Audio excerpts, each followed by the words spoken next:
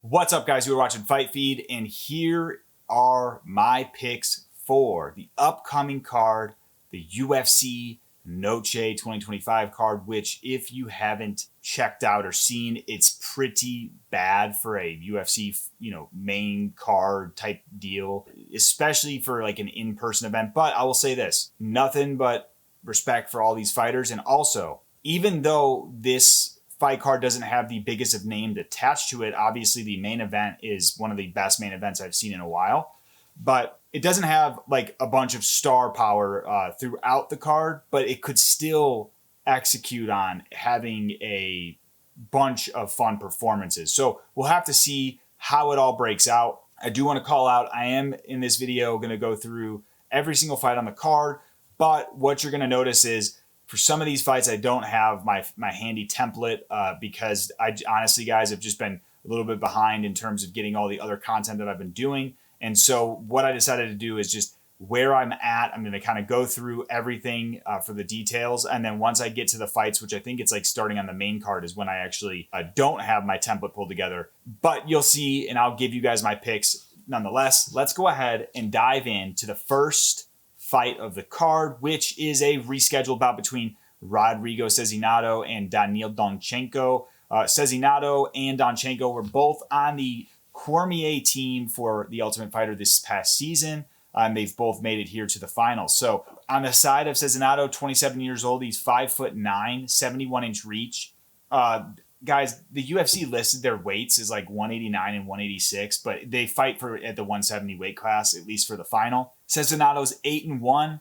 His UFC XP is being on the Ultimate Fighter. Now, Donchenko is 24, 5'11", so a little bit of a height advantage, 71-inch reach, 12-2 record, and then obviously tough. The styles for this fight. So Cezinato's got 50% of his wins by KO. That's 4 of 8 wins. And then his subs are 2 of 8. So a 25% sub rate, which makes him have a 75% finish rate, which is pretty solid. And then obviously 1 by decision, which was his last win, I believe. So 13% of his wins by decision. And a note that I took as a strength is just 75% finish rate definitely has the ability to finish fights. And also not just by hands, but also by using submissions as well. Weaknesses for Sezinando, guys. I am inclined to believe, based on what I saw on The Ultimate Fighter from him, he's not only had super close fights, he does show high IQ in those close fights because he is aware when things aren't going his way, right? And I think the thing that I didn't like about some of his performances is he definitely has that ability to he gives zero shits about how you feel about his fight. He does not mind taking his opponent down and just laying on top of him. Like he did kind of do that in a couple of his tough fights. But he showed great skills in those other areas when he wasn't doing that. So still a good fighter, but I do think that that's a big weakness, especially against a guy in Daniil Donchenko, who is totally not that guy.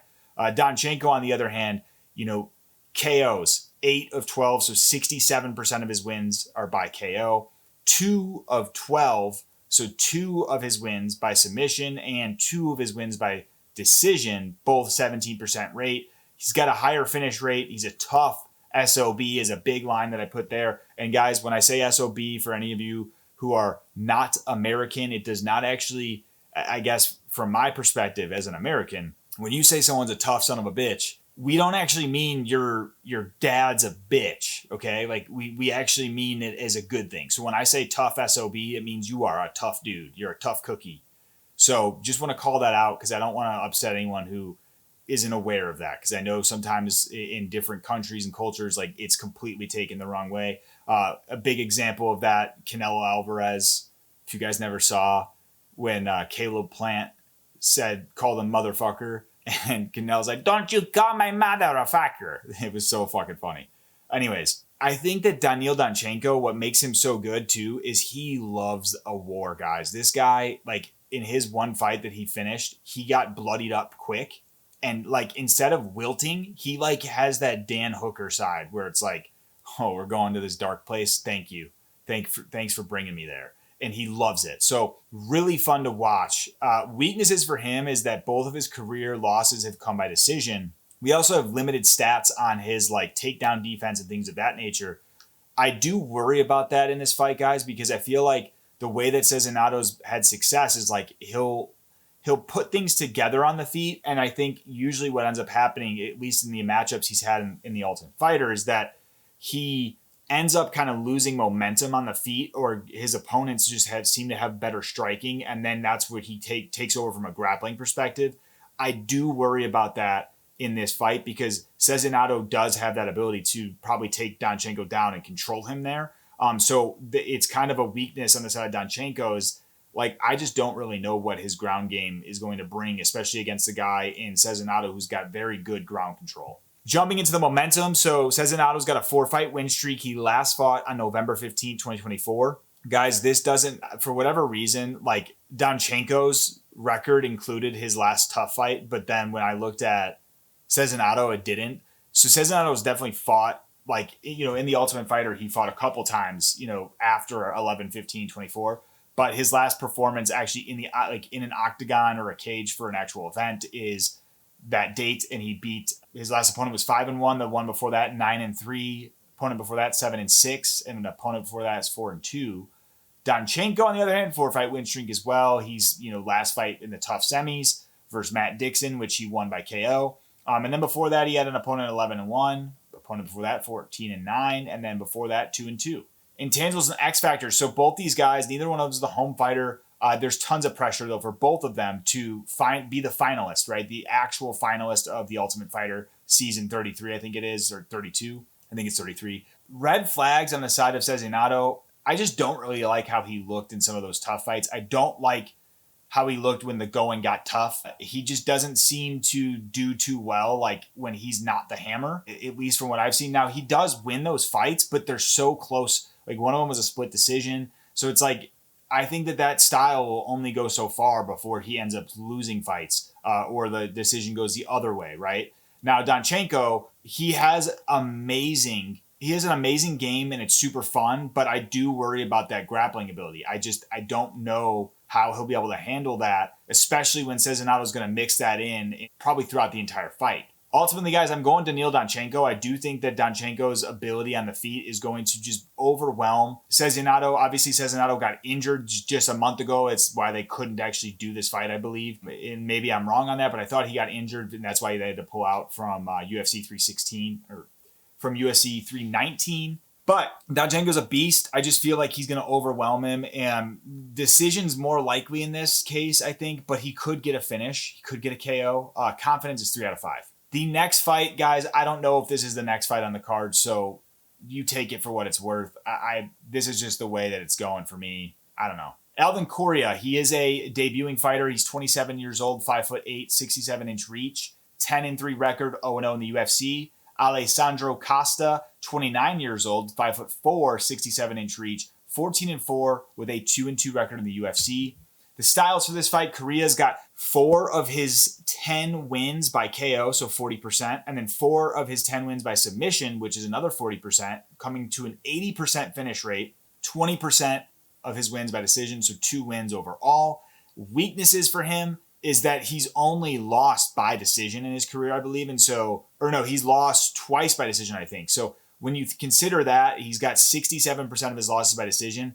What I would liken that to in this is that if it goes to decision, it's more likely going to go to Costa than it would Correa. So it's like he's kind of got to get a finish based on that, unless he's able to dominate with striking for 3 rounds. Now, Costa, on the other hand, 5 of his 14, so 36% of his wins by KO, 6 of 14, 43% are submissions, and 3 of 14, 21% are decisions. And what I would say here, Costa's got a really high significant strike rate. It's 4.14 per minute, which is very good. You're going to see some guys on this card only have like just under 2 strikes per minute. And then also a 48% accuracy, which is decent as well. Now, weaknesses for him is that he does have low takedown accuracy. It's only 12%. So he might be a guy that shoots takedowns, but he's not landing them very often based on this percentage here. Jumping into the momentum check. So Correa's coming off of a 4-fight win streak, 5-25. 25 is when he last fought. He beat a guy who was 4-7. Before that, a guy 12-2. Before that, a guy 8-3. And before that, a guy 2-1. Now, Alessandro Costa, on the other hand, 1-fight win streak. He last fought on May 4th, 2024. May the 4th be with you. He beat Kevin Borjas, which is a great win. Kevin Borjas, 9-2 at the time.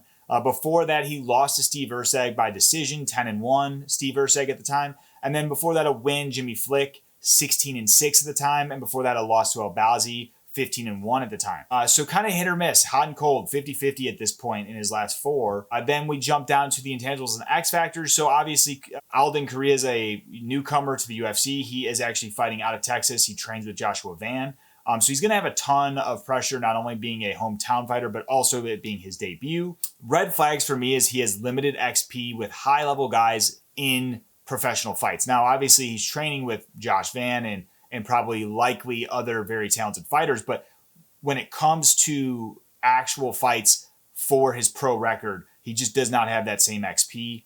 And so when I look at Costa, he's going to have pressure because he's been out for over a year. And obviously, with being out over a year and then also being 50-50 in his last 4, he's definitely going to want to get a stamp on this win and also beat the guy who's a newcomer to the UFC. Ultimately, guys, I did pick Costa for this one. I do think Correa has a lot of solid tools where he might be able to hurt Costa, maybe even get a win himself. But I like the fact that Costa just has that higher level XP. He's been in there with some of the best in this division, especially Steve Erceg.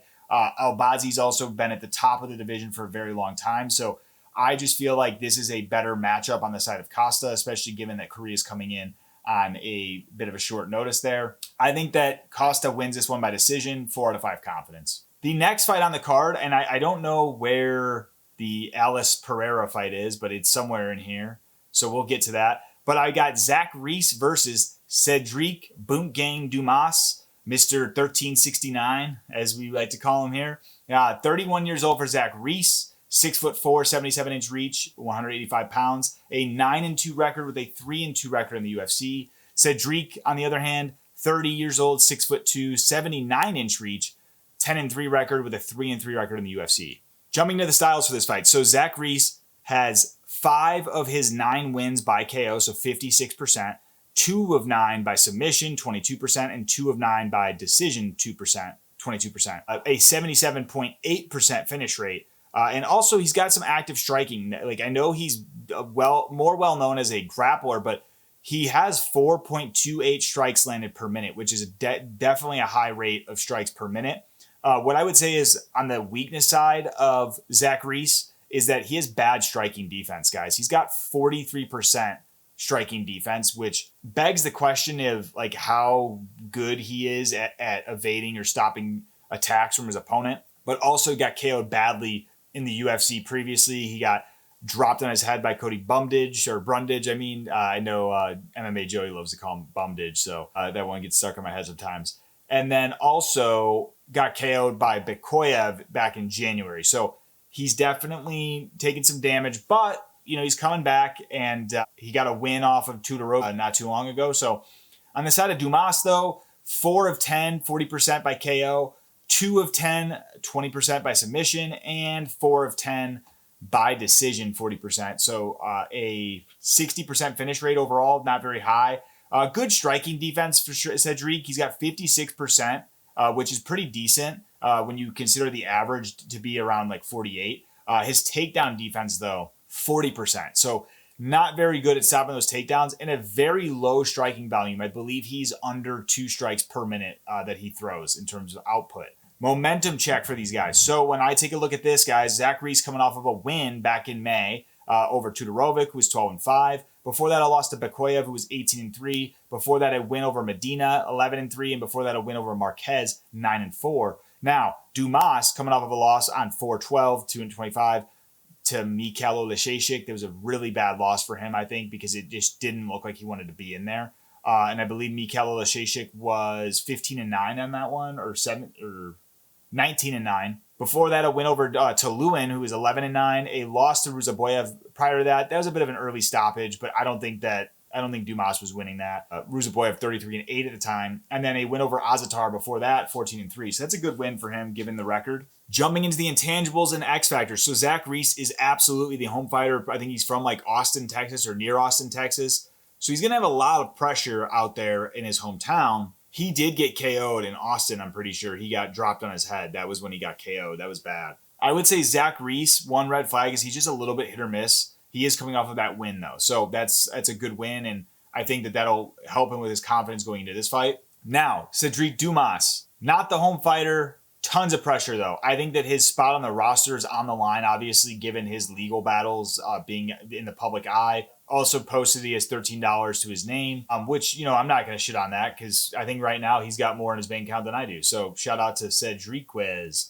But I would say some red flags, guys, just those personal issues going on the outside of the octagon. It's just, I think that him getting arrested and then, him posting the financial struggles, those are a lot of things to have happening when you have a big fight coming up. Also a very piss poor last performance. He just kind of showed up to get a paycheck, it looked like. Ultimately, guys, I know that is something that you can look at as a red flag to say this is, this means he won't win. But I have another variable here, right? That variable is that his current situation could be a motivation for him to get the win. So it's like, it really just depends which version of him shows up. But I cannot rest on that, guys. I have to pick Zach Reese. The reason I'm picking Zach Reese is that not only is he more of an active striker on the feet, I feel like Zach Reese will not only have a size advantage, he's going to have a grappling advantage. If this hits the floor, Zach Reese is going to probably maul and be all over Sedriques with his submissions. Now, Sedriques Dumas has his own abilities on the ground. Like, we've seen him take guys down and have some offensive grappling,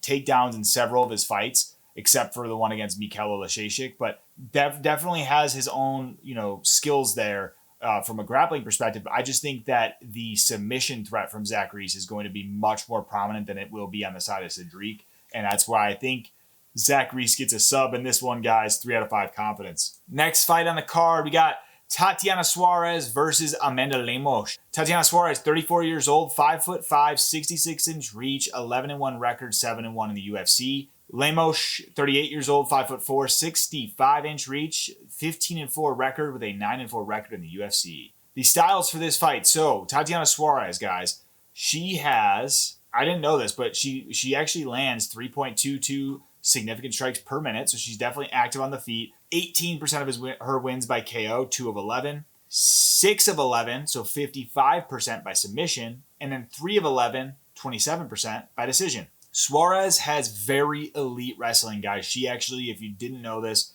she could have gone to the Olympics. She was actually scheduled or slated to go to the London Olympics, but then she got thyroid cancer. She battled that, came back in remission, and got into the UFC, and then also had a 7-0 record in the UFC before her title shot against Zhang Weili. So an elite wrestler, and then also she averages 4.65 takedowns per 15 minutes and then has a 47% accuracy. So she is definitely someone who is going to be able to implement those that wrestling and grappling game and look to get those takedowns. Some weaknesses for her. She started well against Zhang Weili, but what we noticed is that she kind of faded as the fight went on. And so that makes you question whether or not, if this is actually just going to be a 15-minute fight. So not as much to worry about there, but I also think that she has that limited stopping power. She has very small amount of KOs on her record, which suggests just limited stopping power. So if things go left for that of Amanda Lemos, can Tatiana Suarez actually land something to put her out? I don't think so. Now, Lemos, on the other hand, 8 of 15, 53% by KO, 3 of 15, 20% by submission, and then 4 of 15, 27% by decision. Lemos has a 54% striking accuracy, and she has a high sub rate. She's usually throwing up 1 sub every 15 minutes, so that also is a solid for her, especially if Tatiana Suarez is bringing out that heavy grappling game. A weakness for Lemos is that she has a very low striking defense, 44%, guys, so she is getting clipped quite a bit in her fights. And then also her takedown defense is only 59%. Not the worst in the world, but it's also not going to help her in going up against someone who's averaging, 4.65 takedowns per 15-minute fight. Momentum check. We've got 1 loss on the side of Tatiana Suarez, her first professional loss as an MMA fighter, to 8/25 is when she last fought. Obviously, we saw that fight against Wei Li, who was 26-3. Before that, she got a win over Andrade,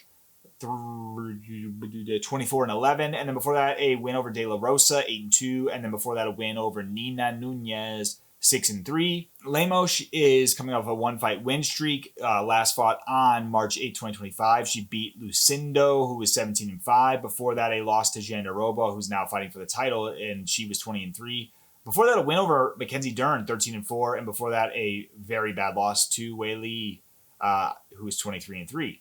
Intangibles and X Factor. So Tatiana Suarez is not the home fighter, but she will have a bit of ties, I think, from her background. Now, she's going to have a lot of pressure, though, because she is coming off her first career loss. She's going to want to go out there and get a statement win to get her name back in the mix. And then also, red flags for her is just she has a lot of inactivity in recent years because of injuries, which could be an element to consider when you are getting back in there after a loss. But another variable is that, you know, she's been through so much. She had, you know, thyroid cancer. Her Olympic dreams are shelved. So she has a lot of mental fortitude to get to this place, I think. And then when we look at Amanda Lemos, I would say that the main pressure for her is that she's an aging fighter, right? She's 38 years old. And she's going to want to get a solid win here just to keep her name in the mix and keep her position on the roster. Not that I think her position on the roster is at risk just yet, but I think if she has a poor performance and her age is up there, those are the times when you start to see Dana White. I think she should retire. Guys, I got to go Tatiana Suarez. I just think that her ability to take down her opponents is going to play a huge factor here. I think Suarez gets Lemos down and is likely to be able to stay safe, especially when you consider Suarez is with Patchy Mix, who's a submission ace in and of himself. I just don't think that Suarez is going to get caught in a submission. I think she'd be able to out-grapple Lemos and just get that offensive grappling going. I think she wins a decision, 4 out of 5 confidence. I guess the fucking Aileen or Alice Pereira fight is like, I don't know where it is in this PDF, but it's coming. I think that's like the second fight. So I'm sorry, guys. Like, it's so hard to do these sometimes because the UFC takes so fucking long to update the bout order. Anyways, tail of the tape for this one, we got José Medina, 34, 6 foot tall, 74.5-inch reach, 11-5 record, 0-2 in the UFC, 31 on the side of Duško Todorović, 6'1", 74-inch reach, and then 12-6 with a 3-6 record in the UFC. The styles for this fight, José Medina, 8 of 11 by KO, 72%, 2 of 11 by submission, so 18.2%, and then 1 of 11 by decision, a 9.1%. A very high finish rate for Medina of 90%. Now, weaknesses for Medina, very poor striking defense of 47%. He literally absorbs 5.25 strikes per minute from his opponents, 31% takedown defense. So this guy is like, you could take him down whenever you want, kind of, based on that stat there. And then on the side of Todorović, we've got 8 of 12 by KO, so 67%, 3 of 12 by submission, 25%, and 1 of 12 by decision, and 8%. Very high output from him, 4.7 strikes landed per minute, 59% accuracy, so he's pretty accurate as well when he's throwing those punches. Now, I would say on the side of weaknesses, he absorbs quite a bit of strikes from his opponents as well at 4.53 per minute. Not as high as his adversary here, but still high. But his striking defense then comes in at a 48%. So both these guys are very hittable when it comes to the striking game. God fucking fuck you. Taking a look at the momentum here. So Medina's coming off of 3-fight losing streak. Last fought on March 29th where he was brutally KO'd by Gaudier, who was 6-1. Before that, I lost to Zachary, 7-1. Before that, I lost to Godzaluev, 7-0. And then before that, a win over Filho, who was 4-2. Now, Duško Todorović, on the other hand, 3 losses as well. You'd like to say that this fight, I feel like, is who's keeping their spot on the roster. 5/31/2025 is when Todorović last fought. He lost to Zach Reese, who was 8-2. Before that, I lost to Mansour Abdulmalik, 6-0. Before that, I lost to CLD. And before that, a win over Jordan Wright, which that guy's been gone, the Beverly Hills Karate Kid or whatever the fuck his name is. Intangibles and X factors to this fight. So I'd say Medina is somewhat of the home fighter just because of his roots. But outside of that, the pressure's on for both these guys. I think whoever doesn't win here gets cut, in my opinion. So there's a lot on the line. Now, red flag for Medina. Bad KO loss in his last outing, guys. he took 5 months off, but that's not a very long time after getting knocked out the way he did. And then on the other side of Todorović, he's just open for counters, guys. And really what this boils down to is like, who has a better bag of skills? I have to go with Duško on this one. I just think that Duško is going to have the cleaner boxing. And then also he does have a little bit of that ground game that he can incorporate. Like we saw against Abdul Malik, he was kind of landing, but then he was throwing up some leg submissions. Like he has other tools that keep him scrappy in this fight. And I think he wins a decision 4-5 confidence. All right, guys. And we've got now finally Alice Pereira versus Montserrat Rendon. So Alice Pereira is 19 fucking years old. What the fuck? That is crazy. She's born in 2005. I feel like a boomer. 5'10". Her reach is not listed because she's from like the Brazilian underground fighting stuff where it's just so hard to find details. She's 6-0 as a professional. And then Montserrat Rendon has taken shits that are older. Montserrat Rendon's probably got socks that are older than Alice Pereira. And she's 36, 5'8", 68-inch reach, 6-1 with a 1-1 record in the UFC. Styles for this fight, don't worry, the photos fell off. Don't know where they went, but don't worry about it. Very high explosive output and very long striking from Alice Pereira. 4 of 6 by KO, and she's knocked some girls unconscious. Like, she's got some hands. 67% of her wins by KO. 1 win by sub, 1 win by decision, so 17% in each of those categories. And then what I would say that Alice has is she just has elite level finishing instincts, especially with her hands. Like she has 1 KO actually in just 11 seconds. So she has that ability to knock her opponents out and rather quickly. But she only has 1 decision on her record. So I think that begs the question of like, if this is a scrappy war that goes the full 15, how does she handle that? And then also like her regional fights are with lesser known and lesser skilled opponents. Now, Rendon, on the other hand, is really not much more experienced in the MMA space, has 0% of her wins by KO or sub, so there's really no finishing threat at this point.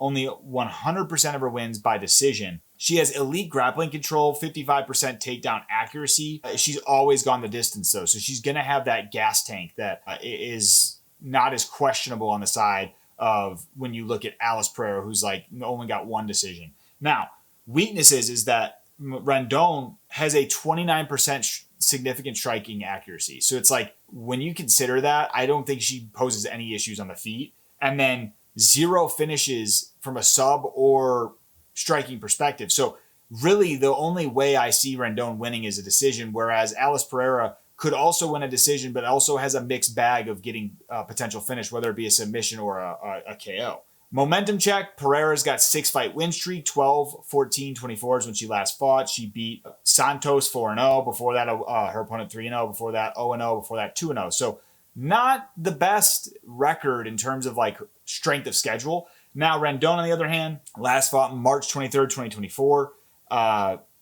which is even longer, a very long time off, especially for her age. She lost to Daria Zalesniakova, 8-1 at the time.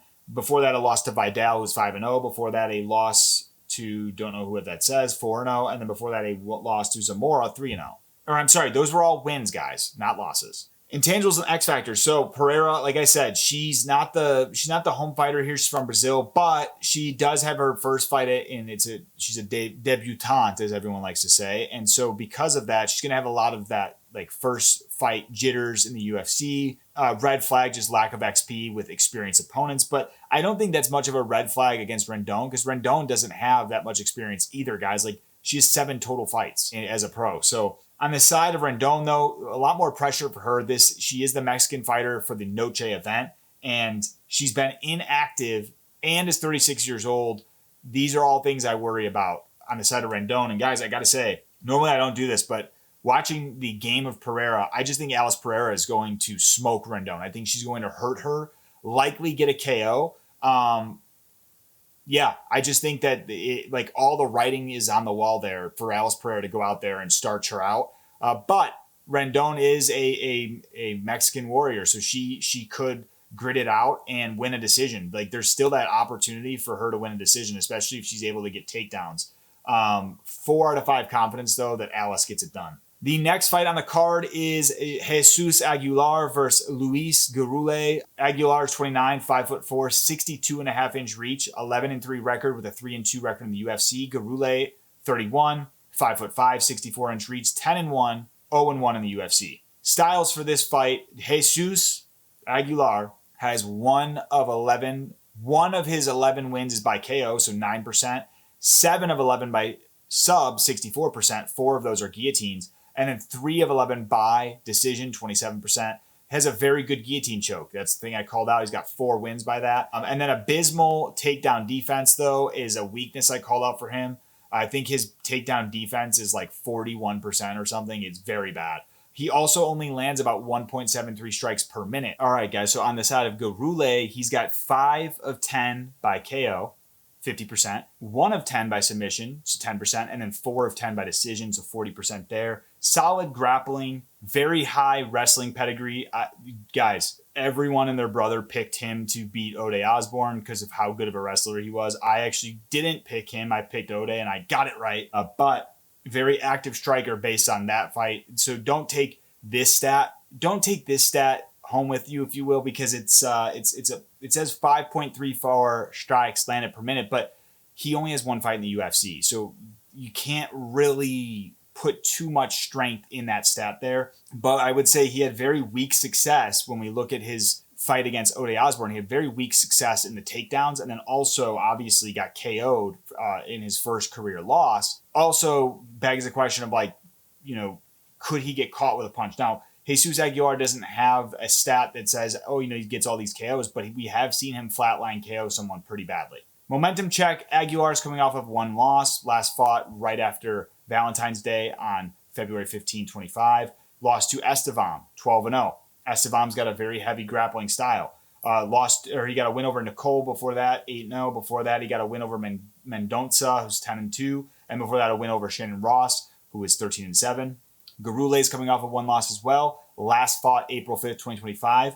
He lost to Ode Osbourne, as I mentioned before, 12-8. Before that, a win over Pichinicci, who's 7-0. Before that, a win over Silva, 11-10. Before that, a win over Trujillo, 9-3. So, in terms of intangibles and X factors, Jesús Aguilar, I would say, is somewhat the home fighter because he's from Mexico. This is a Noche event, so he's definitely going to have that pressure to get a win here. Red flags from him are horrific takedown defense. Estevam got, I think, 11 takedowns when he fought Aguilar. So just let that sink in. Gurule, on the other hand, not the home fighter, but was undefeated in his last fight, and he lost by KO, so he is going to have a lot of pressure to go out there and get his first UFC win. A red flag is he got chinned in his last fight, and his last fight wasn't that long ago, so you do have to question whether or not he's ready to take those concussive blows if they come his way. I think Luis Gurule, guys, I saw a lot of people not picking him. I am not going to be the guy that is just hung up on, like, oh, you had one bad performance where you got KO'd.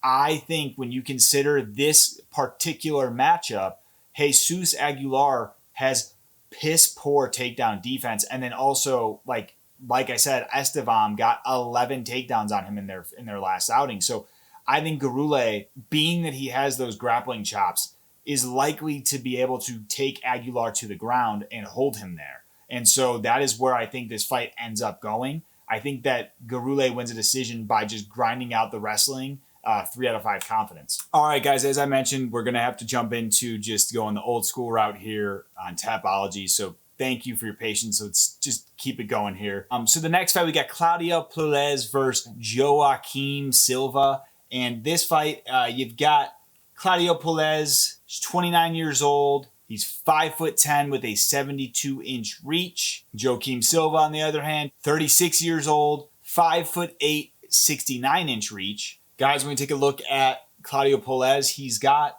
17% of his wins by KO, so only 2 wins by KO, and then 7 wins by submission, which is 57% of his wins. So he's definitely more of a submission ace, especially on the ground. And then decisions, he's got 3 wins by decision, which is 25% overall. He is 5-3 in the UFC, and I believe 12-4 overall, 5-3 in the UFC. You know, he's been in there with some high-level guys, right? He's been in there with Dan Hooker think some weaknesses I have for him is really just his striking, guys. His striking is really not that great.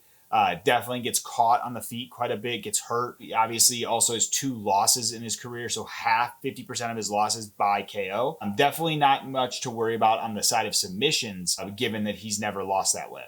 Now, if we take a look at his opponent in Joaquim Silva, Joaquim 13-5, and he is 13-5 with 6-5 in the UFC.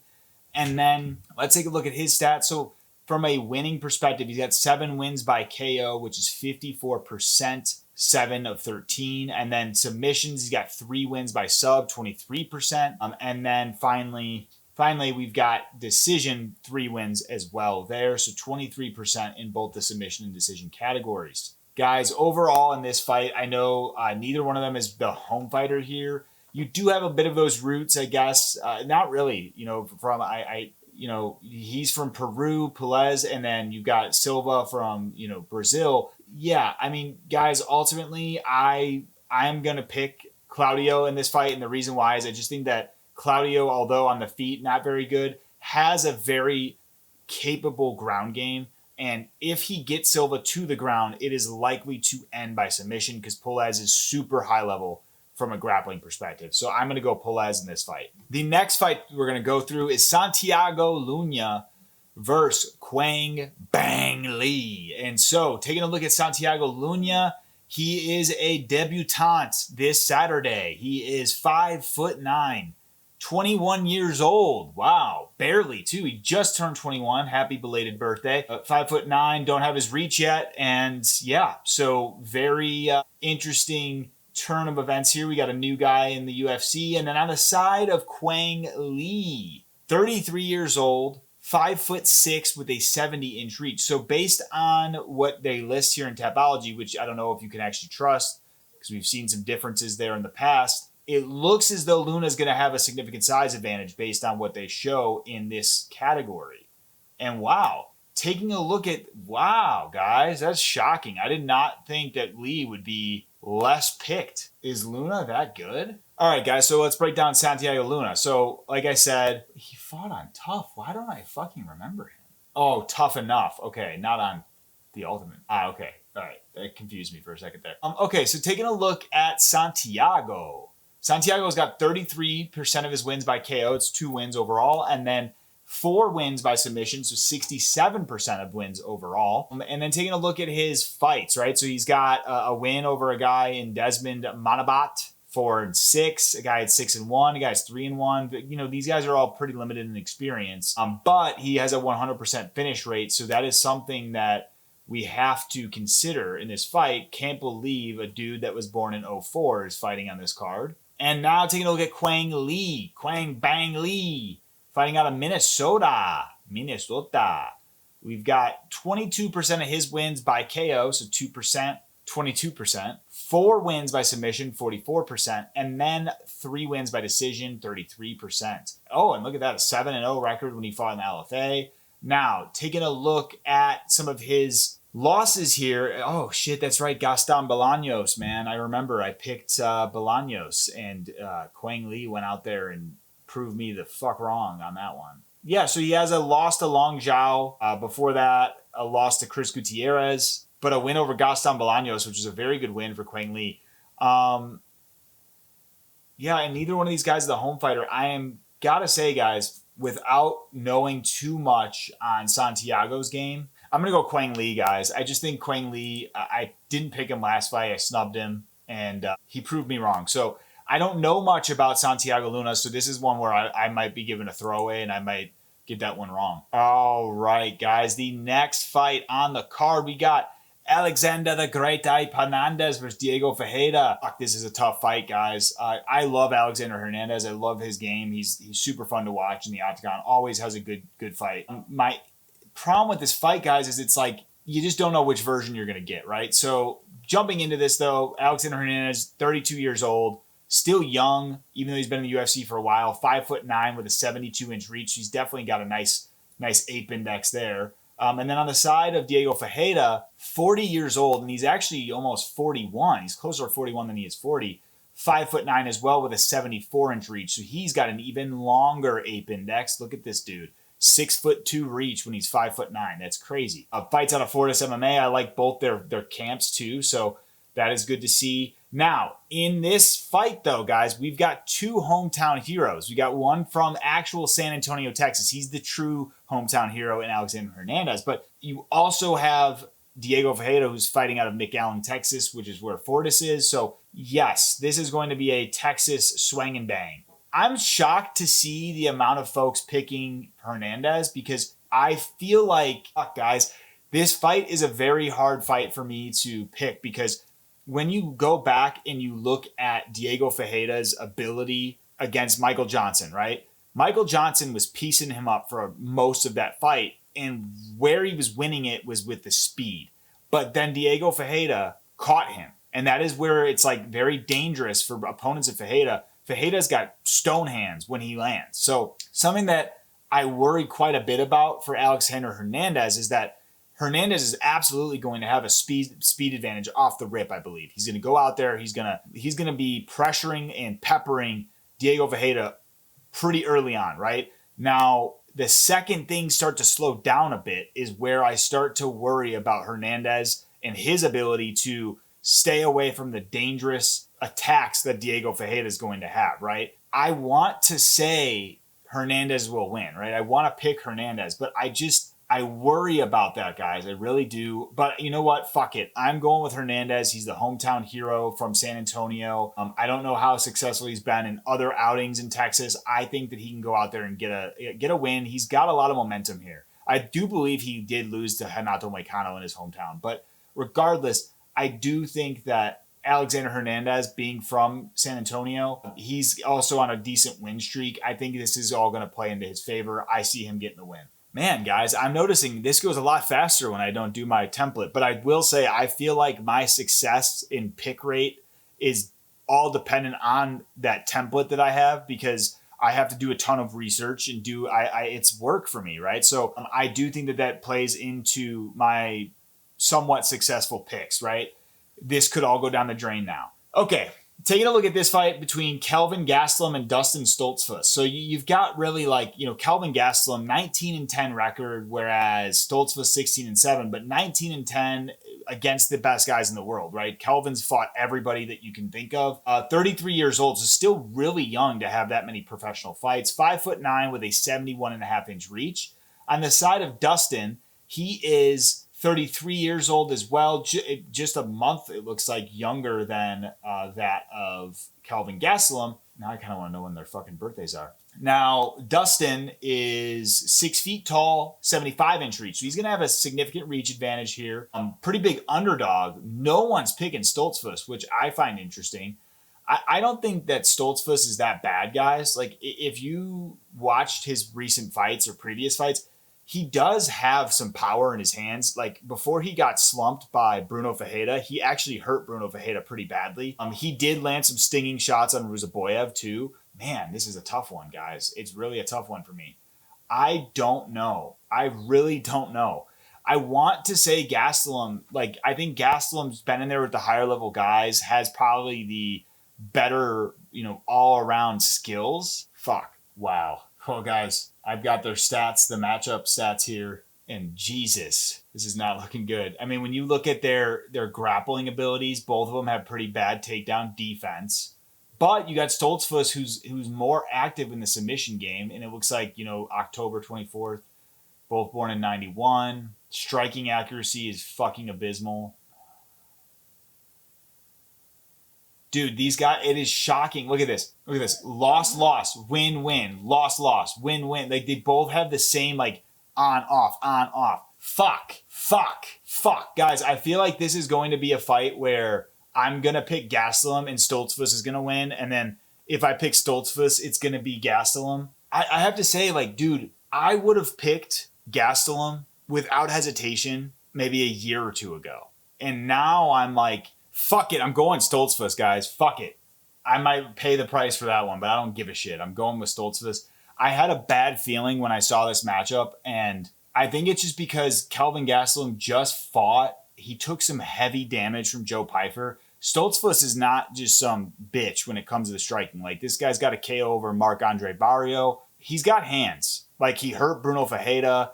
I think that Stoltzfus could absolutely blast Kelvin, and I just think he'll also have a little bit of a size advantage here. So I'm going to go with Dustin Stoltzfus. You guys can call me dumb and roast me if he loses. Now, our next fight on the card, guys, we've got one of my favorites, Jared Flash Gordon. We got Jared Flash Gordon versus Rafa Garcia. So taking a look at this matchup, obviously Jared Gordon, 37 years old. It's crazy that Rafa's so much younger here. Jared's 37, 5'9" with a 68-inch reach, okay? Jared Gordon, I don't know why Tapology has this photo. I don't know when this photo is from, but Jared's been bald for ever since I've known him. And honestly, I like Jared's bald head better. He looks better bald, in my opinion. Gordon, 89%. Guys, I am definitely going to pick Gordon in this fight. I don't even have to really break it down. I do think that Rafa Garcia has... You know, what's weird about Rafa Garcia, guys, is like, I feel like he's 17-4, but I feel like I only watch this guy lose. Maybe it's just he's had some... You know what? I think it's that Grant Dawson loss, guys. That Grant Dawson loss really, like, changed things for me in terms of how I see his game. Lost to Chris Grutzmacher, too. Like, he's got some bad losses, albeit only 4 out of the 21 fights. I just think that Jared Gordon, guys, Jared Gordon is a very skilled fighter, and I think people sleep on him a lot. 21-7, not like the greatest record of all time, but he's definitely a very skilled fighter, and I also love to see him getting a KO in his last fight. That was awesome.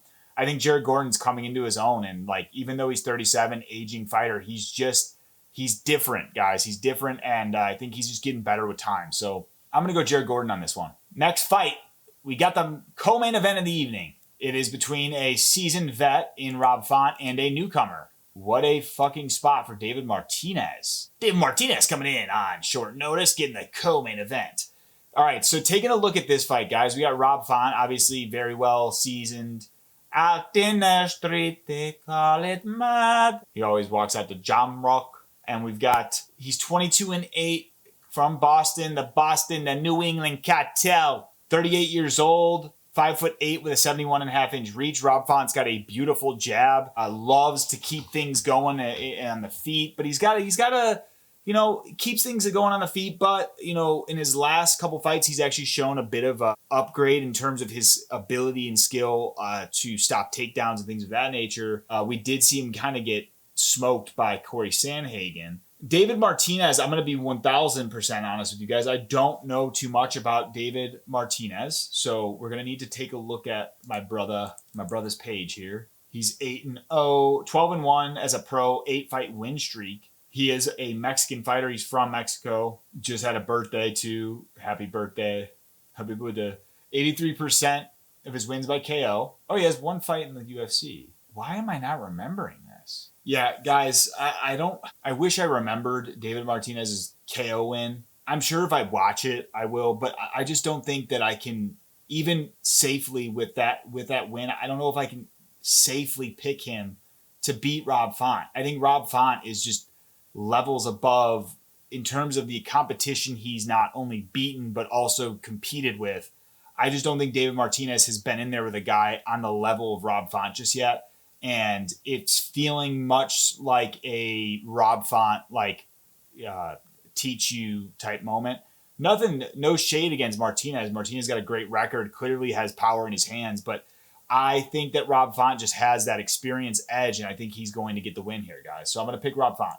And finally, our main event of the evening between Diego Lopes and Jean Silva. All right, guys, this is going to be an absolute fucking slugfest, I believe. Diego Lopes and Jean Silva are two of the marauders, two of the guys that just look to damage, hurt, kill their opponents. And so because of that, this is going to be an absolute slugfest. So you got Diego Lopes, 26-7. 30 years old, 145 pounds, obviously 5'11", 72.5-inch reach. And then when we take a look at Jean Silva, he is 28 years old, turning 29. My brother, he's a 96 baby, just like me. Let's go, Jean Silva. Ooh. Anyway, Jean Silva, wow, major favorite here. Major favorite. 5'7" with a 69-inch reach, and obviously very famously fighting out of the Fighting Neds. And then Diego Lopes is fighting out of Lobo Gym MMA. And then he was also doing, guys, some training with like Wyatt Hendrickson, doing some wrestling in Oklahoma. And I don't know, guys, we got a new Diego Lopes. Like, I'm sad because it's like Diego, you know, he's got that emo haircut, right? And now I think he's taken another turn. He's going like cowboy on us. And I just, there's like some type of like aura that comes with Diego being emo to me for whatever reason.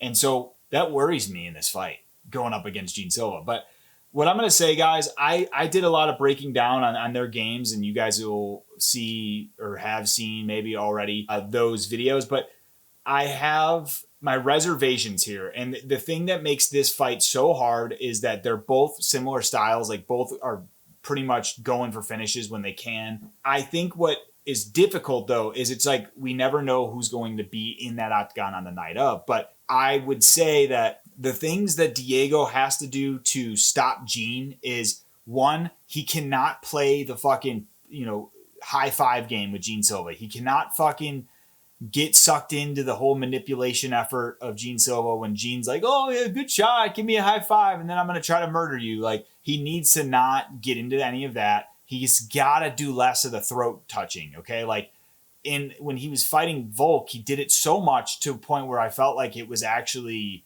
a hindrance on his game. And also, I think it gave Volk openings at times because he's like worried about touching his throat instead of like throwing a punch. And then Gene Silva, I think that what I worry about for him in this is if Diego is able to utilize his calf kicks, which Diego does have good at calf kicks, if he is able to have success with that, I worry about Gene Silva's ability to be as evasive or elusive in the pocket. Usually Gene Silva can be in the pocket, land, and slip back and get out. But if Diego is able to hurt him, especially to the legs early, it could be detrimental to success for Gene Silva. I think a lot of people are picking Gene Silva. I get why. He does have a variety of attacks that he can bring against Diego Lopes. But what I would say is Diego Lopes has a very good bottom game. So I feel like if Diego does come into a position where he's hurt or something, he absolutely has that ability to fight off his back. Fuck. Guys, I think that Gene Silva is the more dynamic striker. I feel like it would be somewhat safe to go with Gene Silva here, but I also have this weird feeling in the universe, and you can't tie this all into the universe, but it's like I do have a weird feeling that something is in the air, right? And like obviously a couple fighting nerds lost last week.